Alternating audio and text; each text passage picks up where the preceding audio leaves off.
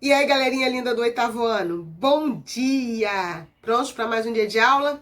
Ótimo, show de bola! Só que antes eu quero dar parabéns para a turma.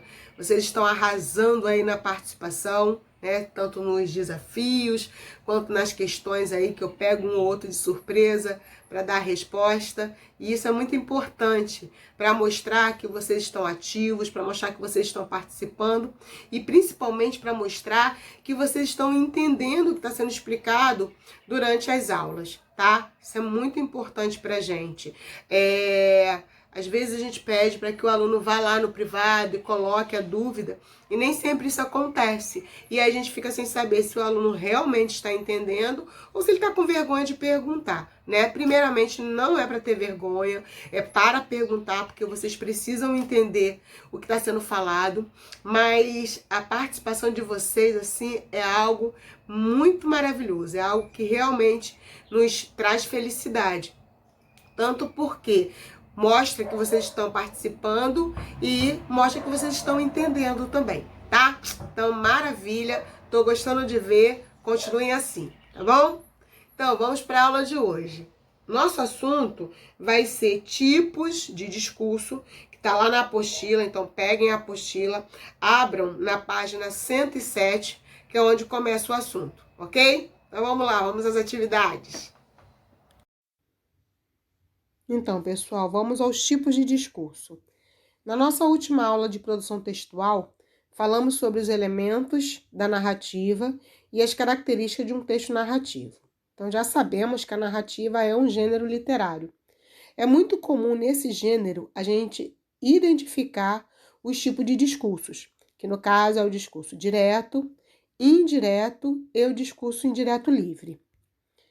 Por que se utiliza esse tipo de discurso em um texto narrativo? Então, para iniciar a fala ou o pensamento dos personagens, ok? E por que é importante a gente estudar esse tema? Porque ele é um assunto muito cobrado na maioria dos vestibulares ou em qualquer outro concurso, onde é pedido ao aluno para identificar os tipos de discurso ou até mesmo fazer a transformação de um para o outro. Então, é muito importante a gente entender o assunto. Então, vamos lá, vamos entender. Diferença entre o discurso direto, indireto e indireto livre. Então, a principal diferença entre os tipos de discurso é a forma de narrar, ou seja, é como o narrador relata os fatos. A gente viu aí na aula passada, né, os tipos de narradores.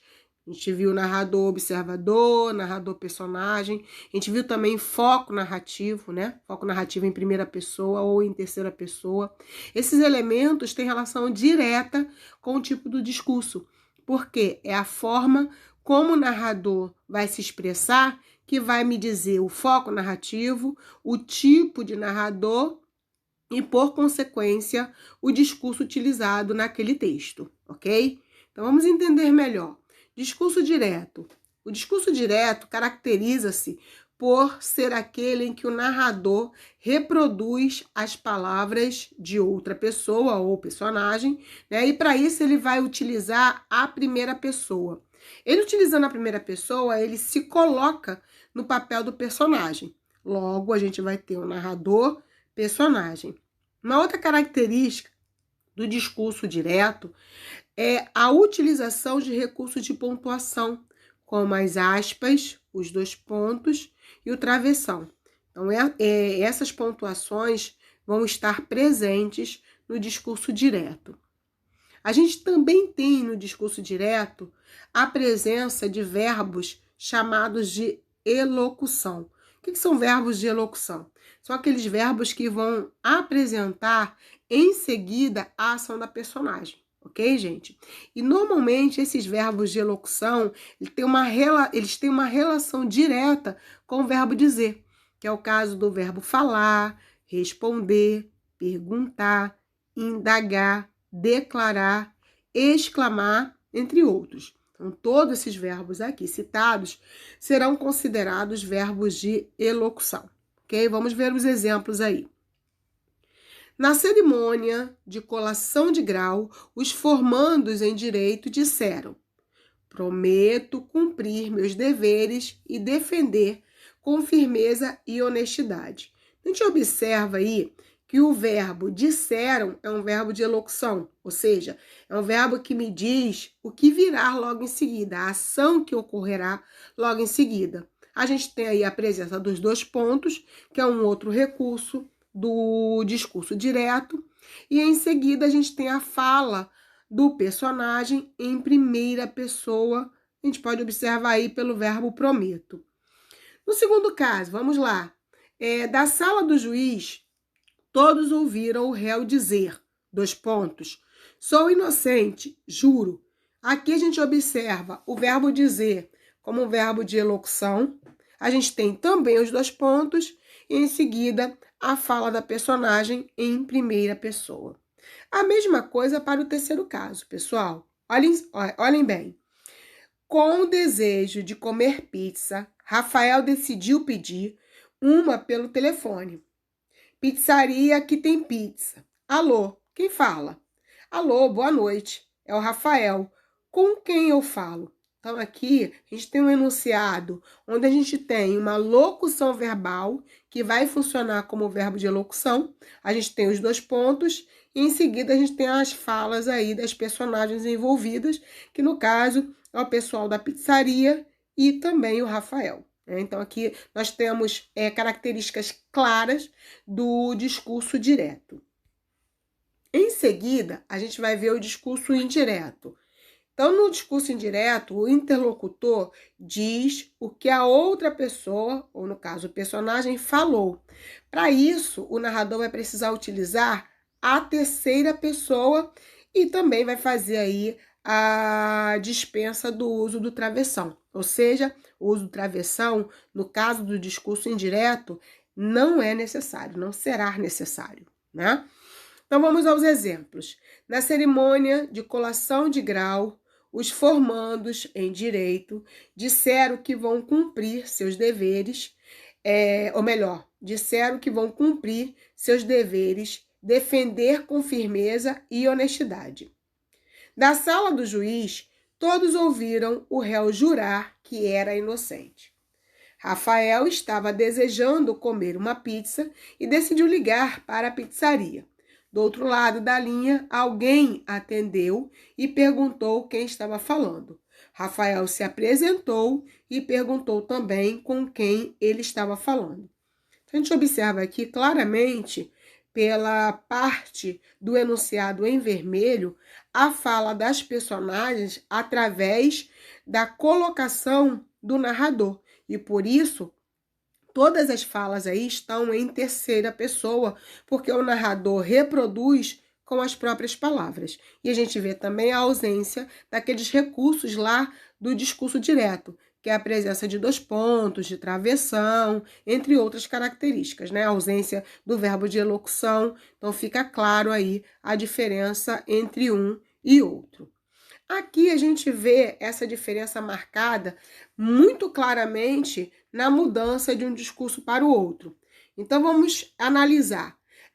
No primeiro caso, nós temos assim: preciso me alongar por alguns instantes. A gente tem um enunciado aí na primeira pessoa, representado pelo verbo preciso, eu preciso.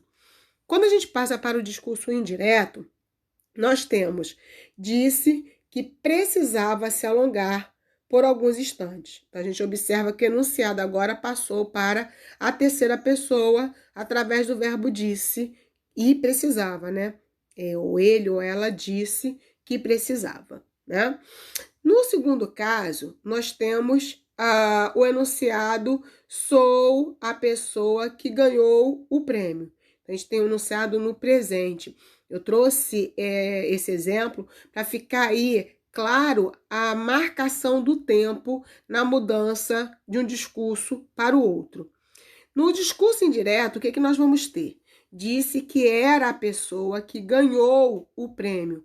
Aí, no caso, o enunciado foi para o pretérito imperfeito. Então, além da terceira pessoa, no discurso indireto, o presente passa para o pretérito imperfeito. Por quê?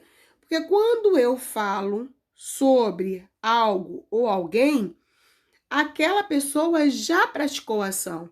Então, eu já vou falar, eu vou falar sobre algo que já ocorreu.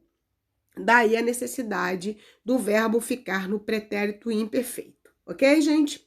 Vamos agora para um caso onde a gente vai observar o emprego dos pronomes demonstrativos. Então, lá no discurso direto, nós temos isto é incrível. A gente tem o pronome demonstrativo aí na primeira pessoa. Quando a gente passa para o discurso indireto, esse pronome também vai sofrer uma alteração passando para a terceira pessoa. Então, a gente vai ter disse que aquilo era incrível. Alteração também teremos com relação aos advérbios, né? Então, a gente tem aí no discurso direto o advérbio de lugar aqui. Somos muito felizes aqui. Quando esse enunciado passa para o discurso indireto, haverá alteração nesse advérbio também, ou seja, o advérbio passa para a terceira pessoa, utilizando-se aí então o advérbio lá. Disse que são muito felizes lá. Então fica claro aí para vocês a diferença entre discurso direto e discurso indireto. Ok, pessoal? Vamos então para o discurso indireto livre.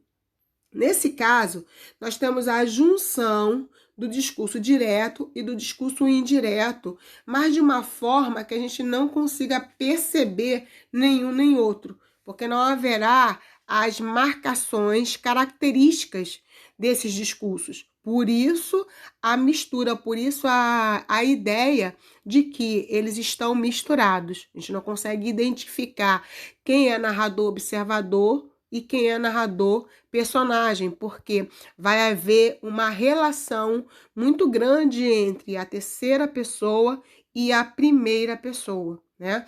Além disso, a gente também não tem aí a marcação dos recursos, como os verbos de elocução, como os sinais de pontuação, o travessão, por exemplo, que é uma marca muito presente no discurso direto.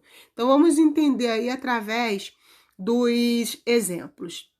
A gente tem assim: João fez o que julgava importante.